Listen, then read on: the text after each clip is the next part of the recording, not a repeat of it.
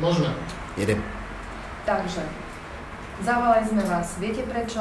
Jednoducho, nesplnili ste podmienku zo zmluvy. 15. mája mala byť úhrada za nájom. U nás na našom účte dodnes nie je. Dostali ste aj od nás výzvu, na tú ste nereagovali, takže jednoducho potrebujeme doriešiť túto veľmi nepríjemnú situáciu. No, ja sa ospravedlňujem, že naše strany zastal tento sklz platby. Je to ale výnimočná situácia tentokrát, pretože naše vnútropodnikové podmienky nám to nedovolili, ale môžem prislúbiť, že do 15.6. túto úhradu vykonáme. Vaše ospravedlnenie samozrejme môžeme prijať, ale v každom prípade už musíme mať zajtra na účte tie peniaze. Čiže 15.6. je nepriateľný termín. Ja by som chcela požiadať, aby ste nám ešte 3 dní dovolili, aby sme mohli uhradiť túto Na toto bohužiaľ nemôžeme pristúpiť, priestor užívate. To máte ako telefón. Keď neplatíte, telefón vám vypnú, aby ste v priestore. Takže buď sa dohodneme dnes a teraz a tu, alebo budeme sa musieť rozlúčiť, vyriešime si vašu pohľadávku zo zabezpeky a skončíte s prenajmom. Takže bohužiaľ inú alternatívu nevieme vám ponúknuť, jedine maximálne najneskôr zajtra peniaze na vašom účte. A nemohli by sme sa dohodnúť teda do tých 48 hodín, že by to bolo možné? V žiadnom prípade, znovu opakujem naše stanovisko, zajtra 13. peniaze na vašom účte.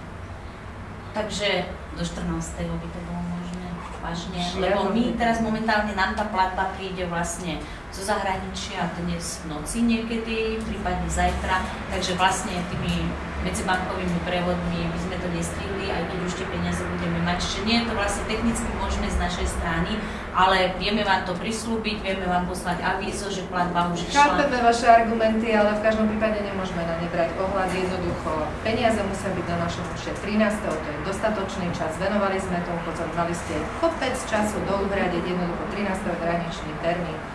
No a v prípade, že to teda nebude toho 13. Tak jednoducho, my si pohľadávku vyrovnáme zo zábezpeky, ktorú ste nám uhradili a v každom prípade ukončíme nájom. Takže... A k akému termínu? K 30. samozrejme na konci mesiaca.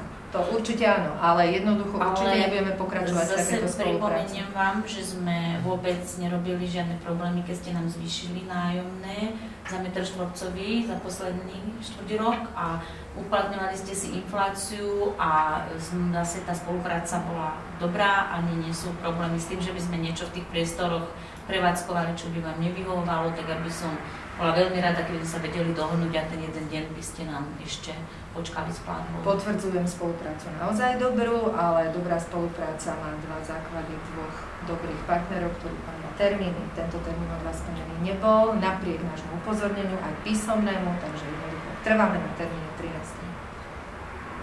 Takže v podstate musíme sa nejak posnažiť a toho 13. vám tie peniaze teda na ten účet doručíme a dúfam, že nebudeme vám robiť ďalšie problémy v budúcnosti a že spolupráca bude naďalej dobrá.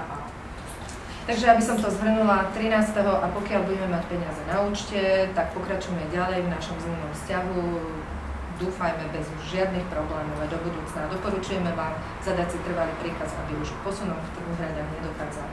No, bolo to tentokrát výnimočné, takže som rada, že spolupráca bude pokračovať. Ďakujem.